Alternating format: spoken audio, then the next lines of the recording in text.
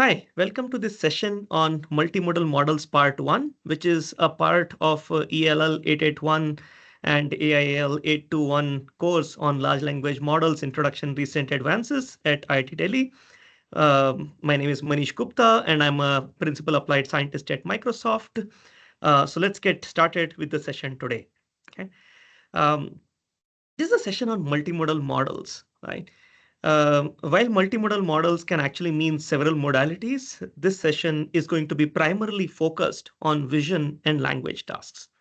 Also note that this session is more on multimodal understanding and less on generation to begin with. Of course, in the part 2, I'll start talking about generation, text generation specifically, where the input could be multimodal. But in this session, I'm going to focus more on multimodal content understanding, right?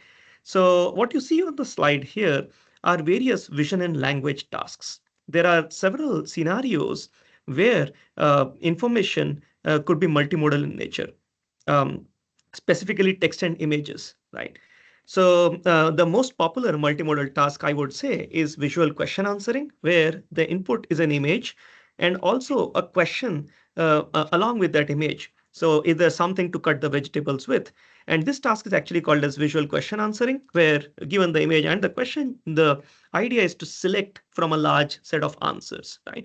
An understanding task is about selecting from a large set of answers, right? But a generation task would be to actually generate an answer text. Another related task is VCR or visual common sense reasoning, where given this image of a social situation, right, and a question, why is person 4 pointing at person 1? The idea is to be able to figure out from these 4 options which is the most correct option, most accurate answer, right? And then, as an extension to that task, people have also proposed, this second order task where, given an image and given the question and an answer that was chosen, what is the rationale? Why is it correct, right? Why is the answer correct, right? So both of them involve choosing one of the 4 possible options, right? Here is yet another task where given an image and you see given a rectangle, you basically want to choose a piece of text saying, hey, well, this is guy in yellow dribbling ball, right? Referring expressions task. Yet another task is about caption-based image retrieval, where you have a particular caption, let's say this text caption, and then you have a large bunch of images, and you want to retrieve the most relevant images. Okay, so the idea is that here, of course, you want to basically encode the images and the text in a similar single space, so that you could actually compute similarity between them seamlessly and then do good image retrieval, right? So all of them basically involve encoding the image and encoding the text in some form, sometimes jointly, sometimes individually, but then at some level try to compute similarity. Okay. So now what I would do is to basically slowly start talking about the kind of models people have been using to solve these kinds of vision and language tasks. Of course, there are many other tasks, by the way, right? So for example, there's also multimodal fake tweet detection. So where the tweet could be multimodal in nature, there's an image, there's a text, and you want to figure out if this combined multimodal tweet is fake or not. Similarly, there are other tasks like hate speech detection. So there could be a multimodal document, and you want to figure out, let's say, a blog or again a tweet, right? And you want to figure out if combined overall, including the image and the text, is it hateful or not, right? So so given all of this, I'll start talking about models that people have built around trying to solve these multimodal tasks. So basically, how do you do multimodal understanding, right? Now, to be able to do multimodal understanding, you need to encode both the images, both the image as well as the text. Now, text understanding, of course, you have done over multiple lectures in this course. Let me actually talk about how do you encode images nicely, right? So far, until 2020, let's say, people used to use convolution neural networks to encode images. People still use them, but what has become popular also is to basically use these vision transformers to encode images. Okay. So the idea is that given a particular image of this kind, you're going to first split it into fixed size patches. For example, this guy is basically split into fixed size 9 patches. And these patches are linearly embedded. So essentially, you have some sort of a projection which sort of embeds them linearly. So you have a embedding computed per patch. And then you also add positional embeddings to each of those patch embeddings, and you feed them the resultant vectors along with the CLS token to a transformer encoder. Right? So that's basically the way these vision transformers work. So VIT, or the vision transformer model, basically takes an image, splits into fixed size patches, linearly embeds them, adds a position embedding, and passes it as input to the transformer encoder along with the CLS token. On the CLS token, you could, of course, attach a MLP head and use it for various classification purposes. For example, in this particular case, maybe you want to do a 1,000 class classification. So you've basically taken the image and you pass it through this transformer encoder, and you're going to attach a 1,000 sized output layer, right? 1,000 neurons in the output. Okay. Now, VIT model and the transformer encoder is the standard encoder. You don't make no changes. Essentially, you just have the multi-head self-attention. You have the MLP feed-forward layer, and so on. Right. The VIT model comes in 3 different sizes: 12-layer, 24-layer, 32-layer, base, large, and huge sizes, with different hidden dimensions and number of attention heads, and so on. Right. The largest one is basically 632 million parameters. This model was pre-trained using obvious datasets, ImageNet 1K, ImageNet 21K, and JFT. Right.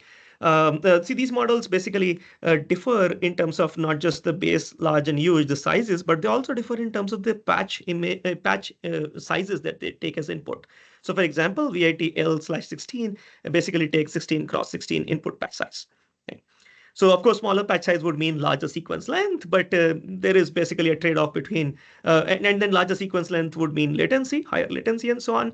But it could also mean higher accuracy in that sense. So that's that. And what people have shown is that vision transformers match or exceed residual networks on many image classification data sets. And therefore, people have started using transformer models, in vision transformer models, for encoding images as well.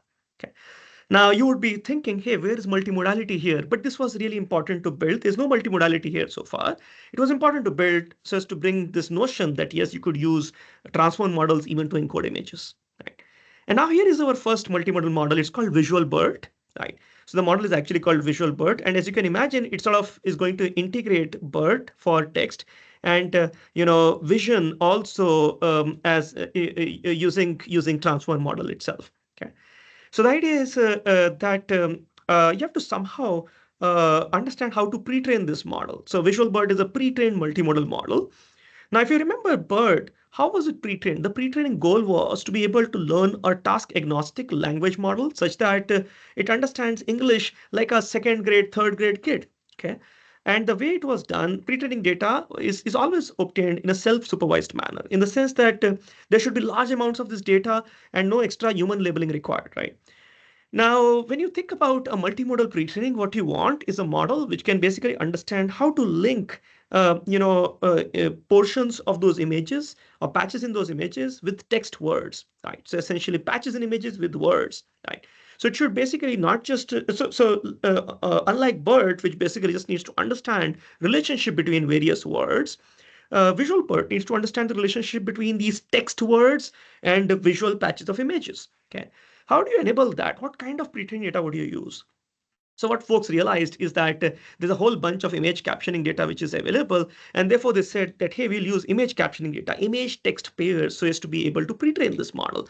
So you have images and you have a corresponding caption associated with it. So VisualBERT basically leveraged the MS COCO data, which is basically 120,000 images, along with each with 5 different captions, leading to a data set of 600,000 image text pairs. Right. And they basically use the standard, so they use the standard transformer encoder model to be able to train this pre-training, to do this pre-training. Okay, so the way they did this is basically to add. You see, there's a CLS token, and then there is the text caption which is going in as input, and there is, of course, the image pieces that are going in as input. Okay, now let's understand this step by step. So essentially, just like one would do masked language modeling in BERT, here they also mask text. So some text token, so that's obvious. And then text and images are separated by a separated token, which is also obvious. Now, what are these image pieces? Well, these image pieces basically are not tiles or patches, as you observed on the previous slide. But well, in their case, they actually used an object detection model called as faster RCNN, so as to basically take this image and divide it into different patches such that each patch actually captures a relevant object like a cap or a ball or a tennis racket or a shirt and so on. Okay, so they basically take objects which are returned by this faster RCNN model and pass them as inputs in as input image tokens. So what are your image words, so to say? Well, they are image tokens. They're basically objects as detected by the faster RCNN model, the faster RCNN object detector. Okay. Uh, now to encode these things, they have like three different kinds of things that go as input at every position. There is of course a position embedding that is obvious in any transformer model. There is also segment embedding, which basically tells you whether this is a text segment or an image segment. There's also a token or image embedding. So of course, there need to be some text features or image features that need to be passed. For tokens, basically it's the token embedding, and for images, it basically comprises of features from faster RCNN and so on. Okay, so all of this is combined and then fed to the standard transformer model, transformer encoder model, and then you basically pre-train this transformer model using two different objective functions. Yeah, we'll talk about these two objective functions next. The first one is very simple. It's just the masked language modeling. So masked language modeling, remember, no masked image modeling. So on the image side, you do not really hide any of those images, but on the text side, you mask these text pieces. And the idea is that just like in BERT, masked language modeling aims to be able to predict the masked word at the output at the same position by leveraging knowledge or borrowing knowledge from other tokens, unmasked tokens, right? In the same way, in VisualBERT, the idea is that at the same position, the model should be able to guess the hidden word or the masked word. By leveraging knowledge from the unmasked text words and also, of course, all the image tokens, because none of the image tokens are masked. So, the accuracy here for masked language modeling should be ideally higher, because now the masked word, let's say the tennis racket, tennis can possibly be guessed not just based on racket and ball and so on, but also based on what the model sees in the image in that senses, right? So this knowledge should be able to help, improve the masked language modeling accuracy on the way, making the model learn how to relate this particular image with the word called tennis. Okay, so that's that. The second task is, and by the way, these masked, this objective one is going to be computed. Masked language modeling objective is going to be computed only on those tokens where the text words or text tokens were masked. Okay. Now, on the other hand, let's talk about this objective two. It's basically the sentence image prediction task. The idea is that you see, in a particular batch of samples, you would give image text pairs, but half of those pairs are going to be positive pairs, half of them are going to be negative pairs. Now, what is a positive pair? Positive pair basically means that the caption is linked with the image itself, and which means that it is similar, it is relevant for the image, right? And then the negative pair would be this caption is linked with the negative image, irrelevant image to the caption. Okay. For example, positive and negative pairs create a batch, and then the objective two is basically all about figuring out whether whether the MLP head out there is able to predict correctly whether this is a positive pair or a negative pair. Right. So that's basically that. Now, the interesting part about VisualBERT is that you could basically now look at the attention weights of some selected heads at the output layer, at the last layer. And then by looking at those attention weights, you can visualize them and try to see. Remember, in self-attention, you have like now words, text words paying attention to image pieces. And now you can try to see, how are they correlated? Okay. So let me look at layer 11. And you see this heat map is basically drawn by showing attention between text words you see there and image tokens you see there, right? So five image tokens, corresponding to man, which are also highlighted in this image, by the way. So the red one is man, the bluish one is shirt, and the bluish kind of stuff is sidewalk and so on, right? So what you observe is that, so if I look at the word man, right, fortunately, it has very high, attention weight for the box man in that sense, is for the image piece man. Okay, and that's very useful and nice because it sort of nicely tells us that the model is actually learning to correlate pieces in the image with the tokens in the text. Okay. So and so on. You can actually pause the video here and essentially observe that this holds also for other kinds of things like sidewalk, pedestrians, shirt, and so on. Okay. Now, after this, people tried to improve the architecture. They came up with this architecture new model called as ViLBERT. Okay. By the way, you can also look at these papers. Most of my slides actually have citations for these papers at the bottom. Okay. So ViLBERT basically believes in a two-tower model, unlike VisualBERT. VisualBERT was a single tower model. The concatenation of text and image modalities sort of happened right in the first layer, right in the zeroth layer in that sense. Okay. But ViLBERT basically believes in processing text separately using a few layers, transformer layers, as you see them here, and processing the image separately using a few layers. Now, these layers could be, transformer layers and so on. Notice that the text stream in ViLBERT actually has much more processing before interacting with the visual features. But as I was saying, well, it's a two-tower model where the text and image are processed separately in their own pipelines, but then there is also a fusion which happens where core transformer layers or co-attention based transformer layers basically try to fuse the information across both the pipelines. Okay. And then there are other transformer layers further which basically do individual processing separately. Okay. Now, the interesting part is that this linguistic stream is basically BERT base, and BERT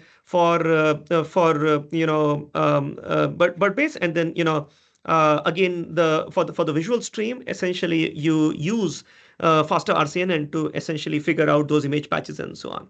Okay, and this faster RCNN both in VisualBERT and ViLBERT is pre-trained on visual genome dataset. Okay. Okay, so now how is this co-attention? How do these co-transformer layers work, right? So the standard transformer layer, it has the typical standard self-attention and feed forward, right? With the QKV, the query keys and values coming from a single stream, right? But in ViLBERT, you have two different streams, the visual stream and then the linguistic stream, right? And what you do for transferring information across the two is to basically use the query of the same modality, but the keys and the values coming from the other modality, from the linguistic stream in this particular example, right? In this particular case. And in the other case, in the linguistic stream, again, you're going to use the query from the linguistic stream, but you're going to use the keys and the values from the visual stream so as to essentially do this cross-pollination of information in the attention layer, right? And then, of course, you do this typical standard feed forward with all those residual connections, add and normalization, and so on. Okay. So that's how ViLBERT works. Now, another interesting part about ViLBERT is that rather than depending on manually labeled MS COCO data, they actually depended on conceptual captions data. This data set of conceptual captions is basically obtained in an automated manner by scraping things from the web. So the idea is that on the web there are Wikipedia pages, news articles, and many other web pages where you have an image, and underneath that there is a caption. Okay. There are also images with very nice alt tags associated with them. These serve as really good sources for caption information along with images, and that is what ViLBERT guys basically leverage so as to essentially create the visual grounding data, right? Visual image text pairs essentially, and then they pre-train the ViLBERT model based on that. Now, in ViLBERT model, again, there are two pre-training loss functions. So just like in VisualBERT, there is a multimodal alignment prediction function to basically just predict whether this image and text are aligned with each other or not. And that's basically the same as VisualBERT. So there's no difference in that sense, except the change in the name, right? But then on the other hand, the masked language modeling is actually now extended to become masked multimodal learning. Okay. The interesting part is that rather than just masking out text, you can actually also mask out image pieces. In 2019, there was no good technology to basically generate back image pieces themselves in the same position. But what you could do, or rather what ViLBERT does, is to basically generate a distribution over a set of class labels. So of course, because you're using FRCNN, you know what particular object this particular position indicates, the image piece at this position indicates. And then the idea is that ViLBERT, the goal or the objective is such that the ViLBERT model is motivated to learn the right distribution over those objects at the output at the same position. Okay. If it learns, great. Else there is a backpropagation, cross entropy loss backpropagated. Right. So that's basically masked multimodal learning, a great extension from just the masked language modeling as done in VisualBERT. Okay. So that's great. Now, the idea behind ViLBERT and VisualBERT so far is that you have image text pairs, and you could do a nice modeling of both the modalities together and come up with these interesting embeddings in that senses, and hopefully it gives you good accuracies. However, over time, people have moved to using contrastive training. contrastive loss-based training, and that is what the CLIP model is also famous for. As it says, it's contrastive language image pre-training. Okay. So the way the CLIP model works is that it's also a two-tower model in that senses, and then it has a contrastive loss right at the very end in that senses. Okay.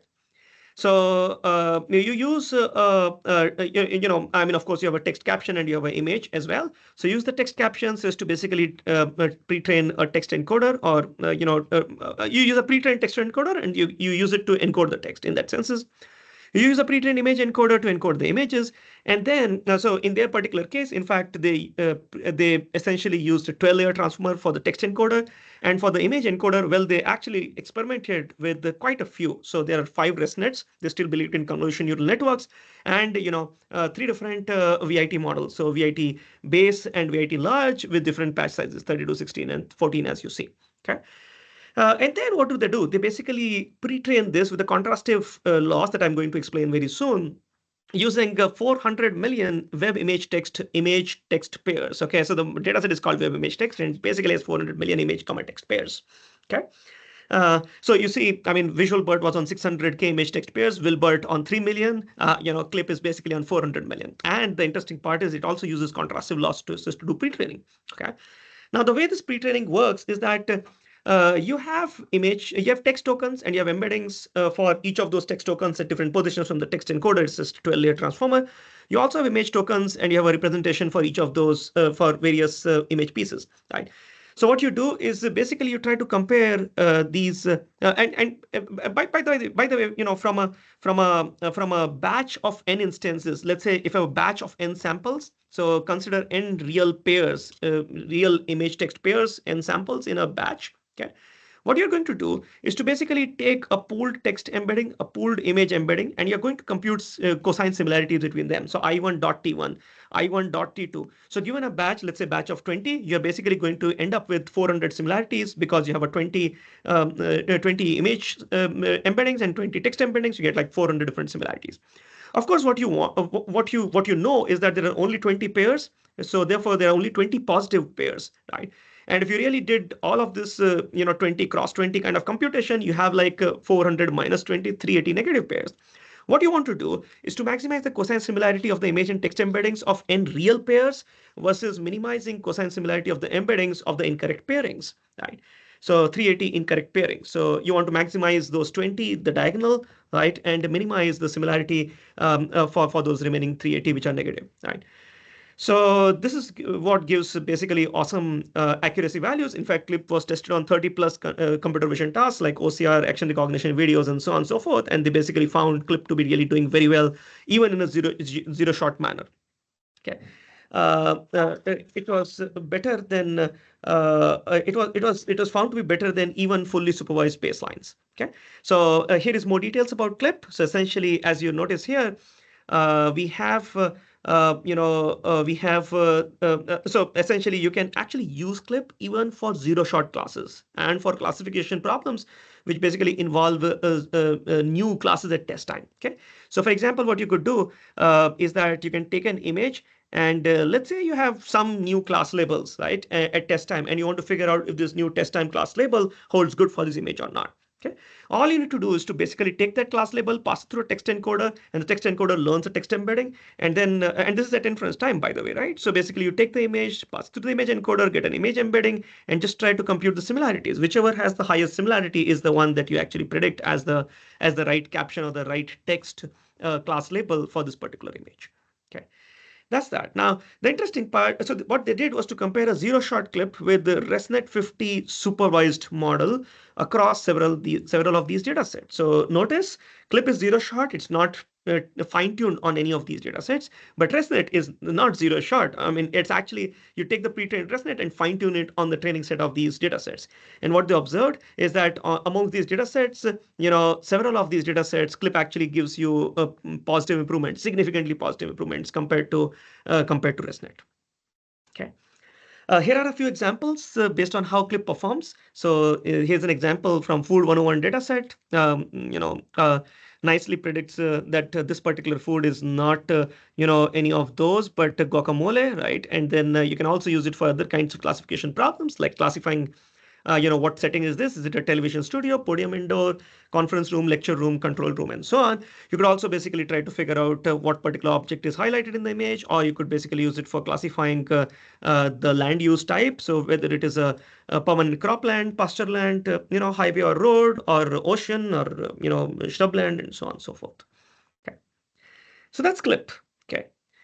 Well, now similar kind of models have also been trained and used for doing document understanding, visually rich document understanding, right? So these are scans of various kinds of documents. So for example, what you see here is essentially some sort of a key value pairs highlighted in this interesting clearance sheet as such, but you could also have scans for invoices and so on, okay? The interesting part is that using a model popularly called as LayoutLM, of course, I'll also talk a little bit about on the next few slides, right? What one could do is to nicely extract the key value pairs from this document. Okay. One can also basically do question answering on these documents. So here is a postcard scan, and you could basically then ask questions like mention the zip code written, and then it can nicely figure out that the zip code is that. You can also ask it for the date on the seal at the top, and it nicely figures out the seal and so on and so forth, the date on the seal. Okay. You could also use it for legal contract management in that sense is that given document scans, you could basically ask it to highlight what are the important legal phrases that I must be paying attention to, or extract just key value pairs. So basically which parties signed the document or when was it signed and so on. Okay. Of course, if you have lots of documents on users' OneDrive or Google Drive accounts, you could try to build an app which can classify those documents or categorize them into popular categories like personal identification documents like passport and PAN cards and so on. While another category could just be all kinds of invoices, utility bills, and so on. Right? You could, of course, also use these kinds of models to do recognition over Walmart receipts or any other supermarket receipts in that senses. Now, the main model for doing this kind of visually rich document processing, a very popular model is LayoutLM. And, there are, of course, various versions, LayoutLM v1, v2. There's also a LayoutLM in that senses, motivate you folks to go ahead and look at it later. But what is interesting is that it basically uses transformer models. Okay, in their particular case, they used a transformer called as UniLM v2 to initialize, and of course, then they basically took domain-specific data, layout, visually rich layout data, and they basically try to train this model using document-specific loss functions as well. Okay. So very broadly, what they do is to take the document and they mask out certain lines on this document. So they hide out certain lines. I'll call them hidden out lines in that senses. Okay. Then they basically also, so this hidden out, image is divided into different parts and then encoded using a visual encoder. Right. On the other hand, you take you basically take the document and then you take the lines from the document, and essentially for the lines which are not covered, you basically have for each line, you basically have this notion whether it is covered or not. You are well, when they hide out, they don't hide out partial lines, they hide out an entire line and so on. Okay, so you have a covered line and a non-covered line. Okay. And what you do is to basically take the document and you have an OCR or PDF parser which gives you text. So that's how you get these text tokens. So you basically have the text tokens, and you can of course do masked language modeling. So therefore some tokens are masked as well. Remember, the hiding part is different from masking part. Okay. Of course, you can mask out text token. So the OCR is actually done on the non-hidden version of the document, so that the OCR quality is good in that senses, right? But then you have this information which line is hidden or not. Okay. Now, as you see, the transformer is being passed 4 different things. So of course, the first one is basically segment embeddings, whether it is basically processing image tokens versus is it processing text tokens. And then on the text tokens also, you could basically say whether it is a masked token or a non-masked token, yellow or blue. Right. Of course, you pass a 1D position embedding. So essentially, you must pass some notion of position, right? You also pass 2-dimensional position embeddings for the box. So for example, for the text tokens, essentially, for the image tokens, you have a box. So essentially, XYWH, and you can actually also encode width and height of the box as part of the 2D position embeddings. For the And then for the CLS token, you actually pad with a box with all the 6 things: xmin, xmax, ymin, ymax, and height and width initialized to all zeros, set to all zeros, right? Okay. So that's that. So that's how you basically have 2D position embeddings. Then you also have the text and visual embedding. So essentially, you use mass RCNN embeddings because you're using that as the visual encoder here, right? And for the text, you basically just use the standard text embeddings. Okay. Now the transformer, yes, they experiment with the 2 different models, base size and large size, 12 layers and 24 layers, and basically which means 200 million or 426 million parameters. Okay. So now, pre-training objectives. So there are 3 different pre-training objectives: masked visual language modeling, right? Which is the typical, you can mask the images part or the text part, and you can try to, I think in their particular case, I think they just hid the text part. So therefore visual language modeling. So if you mask these text tokens, you will basically try to predict them. What is the text, right? Text image alignment. So essentially, they are just predicting whether a particular token belongs to the covered class or the not covered class. So remember, you basically covered some lines. So this text token belongs to the covered class versus these ones belong to not covered class. Okay. And then lastly, you have text image matching. So essentially, whether this particular image and the text match with each other or not, just like the VisualBERT and the ViLBERT models. Okay.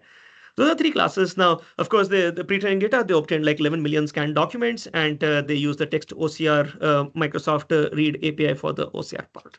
Okay. And that's how LayoutLM V2 basically does an awesome job, and essentially is used to pre-train a model which does very awesome visually rich document processing. Okay, so far I've talked about text and images. Now let me quickly talk about video tasks. Multimodality could also mean, doing things about video and text. So for example, text video retrieval, given a text and a collection of videos, find the relevant ones. Now this requires text embedding and video embedding, both of them together in the same space. Okay. Multiple choice video question answering. So again, given a video and a question and multiple candidate answers, you want to choose which is the best one. It's analogous to image question, visual question answering, which typically just relates with an image in that sense. Okay. And then you could also have other kinds of tasks like action segmentation, action step localization, and so on, where you basically have an action which is described in text, and then you have a video and you want to figure out where the action is in that sense. So also called as moment detection in that sense. Okay. Okay. So how do you do this? Now, the ideas are pretty similar. You see, I mean, if you really think about it, what is a video? Video is a sequence of image frames. Okay. So in some ways, if you basically are thinking about an image as a 3D bitmap, where an image has a height and a width, and basically the depth is basically just three, because you have to incorporate 3 channels, RGB, red, green, and blue, right? A video with 100 frames can be thought again as a 3D bitmap or a 3D cube, where you have, of course, the height and the width, but you also have a depth, which is basically 3 times 100 if there are 100 frames in the video. Okay, so you could really think about a video as a 3-dimensional cube in that senses, right? And in that senses, you could basically then use your 3D convolution neural networks to encode this video, or you could actually also use latest advances, in transformer models so as to be able to encode this video. Of course, so as I mentioned, video is basically a whole bunch of image frames, but there is also a sequence to them, and 3D CNNs help you sort of ensure that that sequence is also respected when you're trying to encode the video. Right?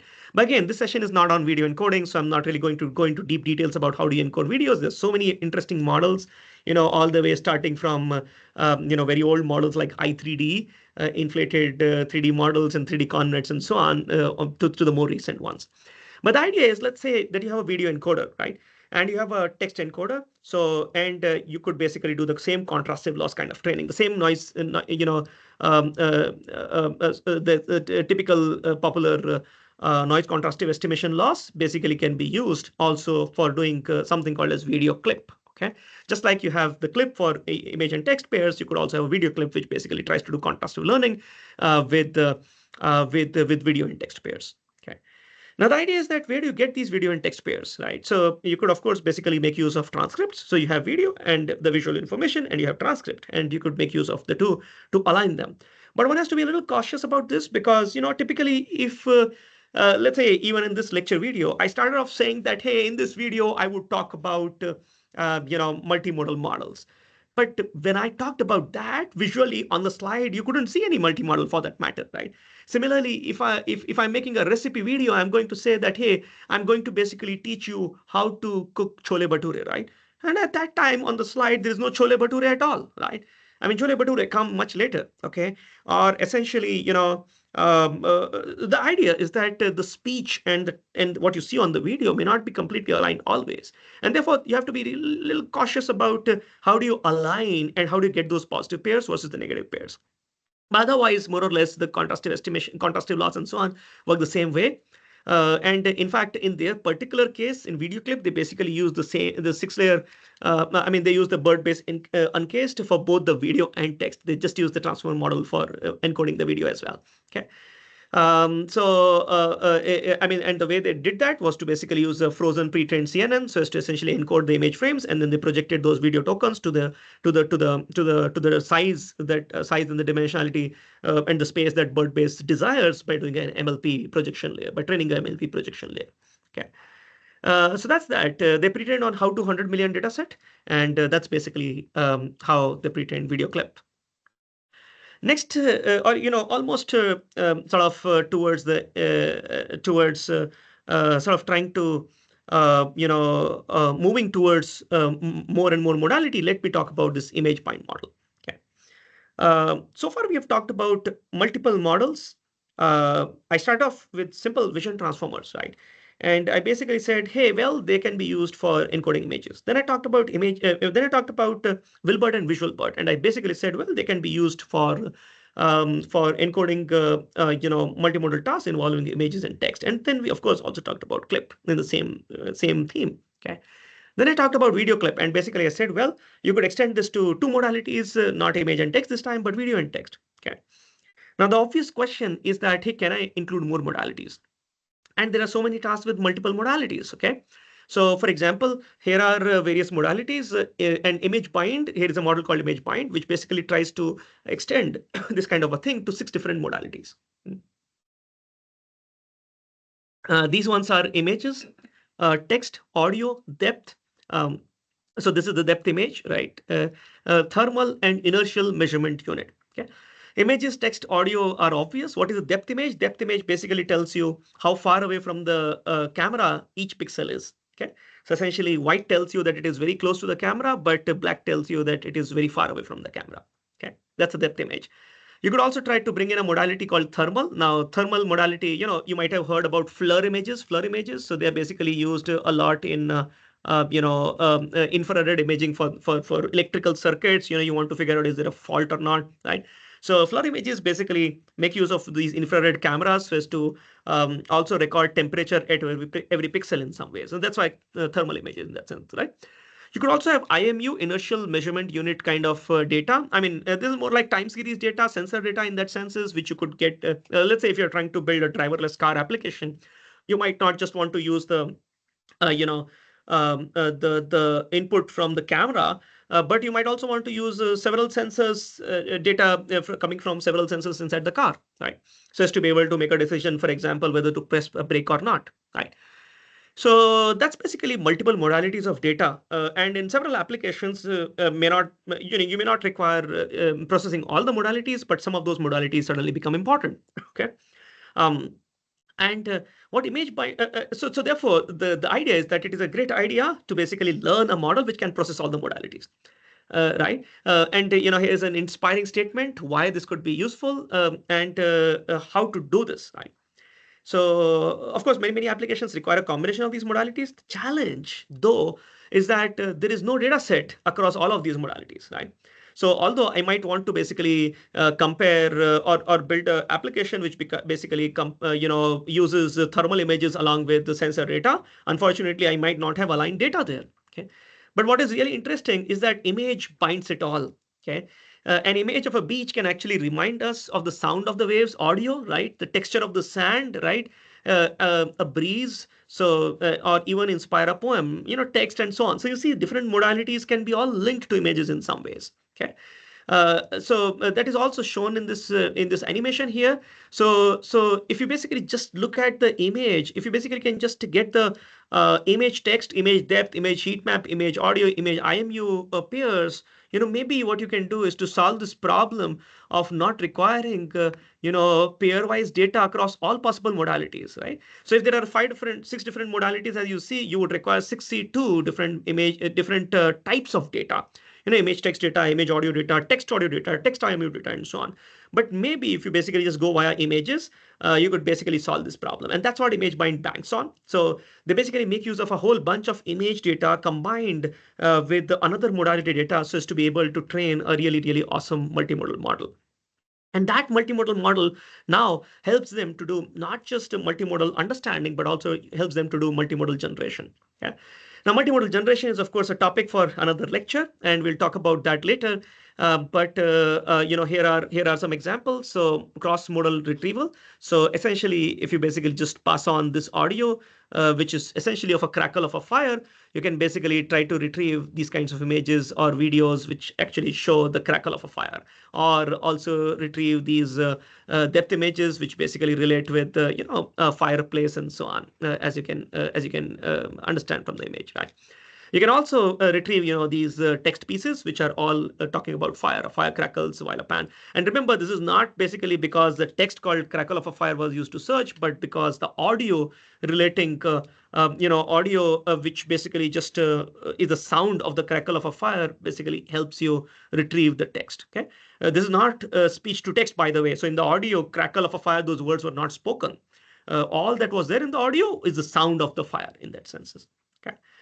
So of course, it can also be used for doing embedding space arithmetic. So you could basically have this image of a crane or a bird, right? And you can have sound of waves, right?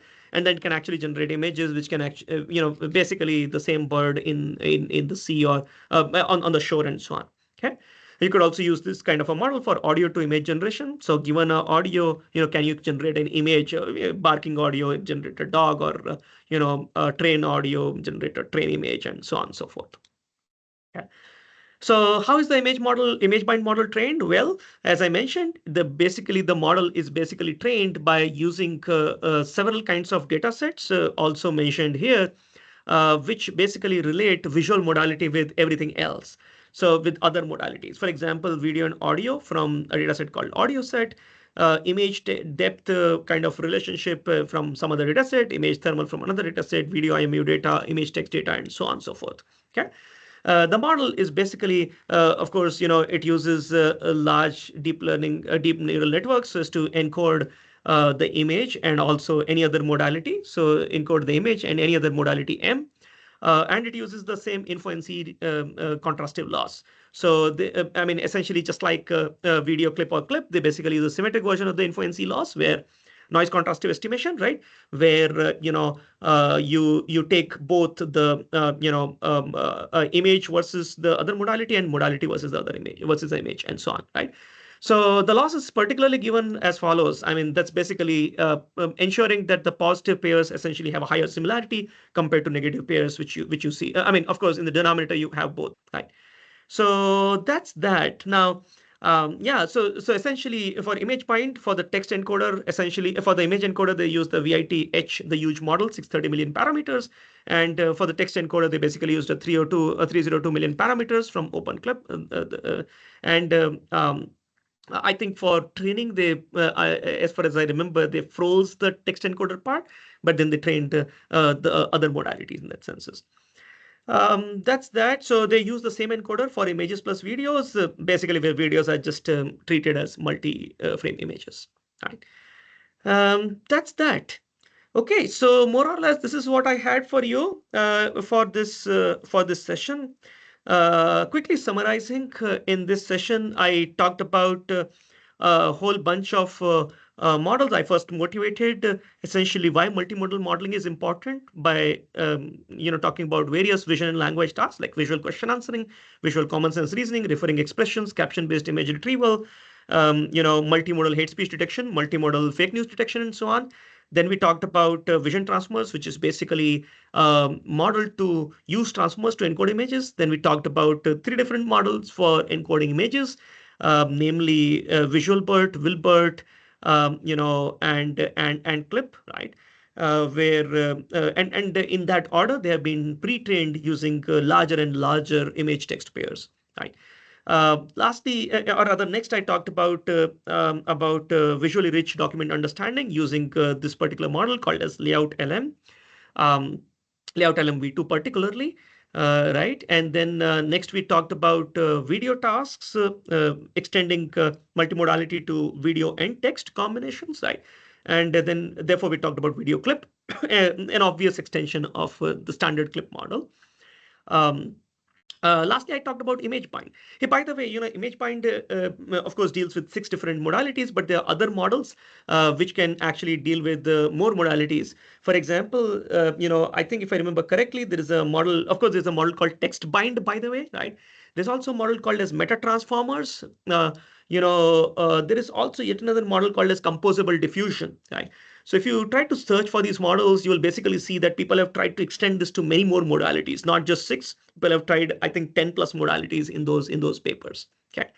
So hopefully, this session motivates you to read up more of those papers in multimodal modeling and and potentially also do research in this area, right? I'm of course always excited to work in this area. So if you want to do more research in this area, feel free to reach out to me on these coordinates. You will also find, by the way, on my YouTube channel, a whole bunch of videos around multimodality. So feel free to check them out as well. Okay, thanks so much and happy to take questions.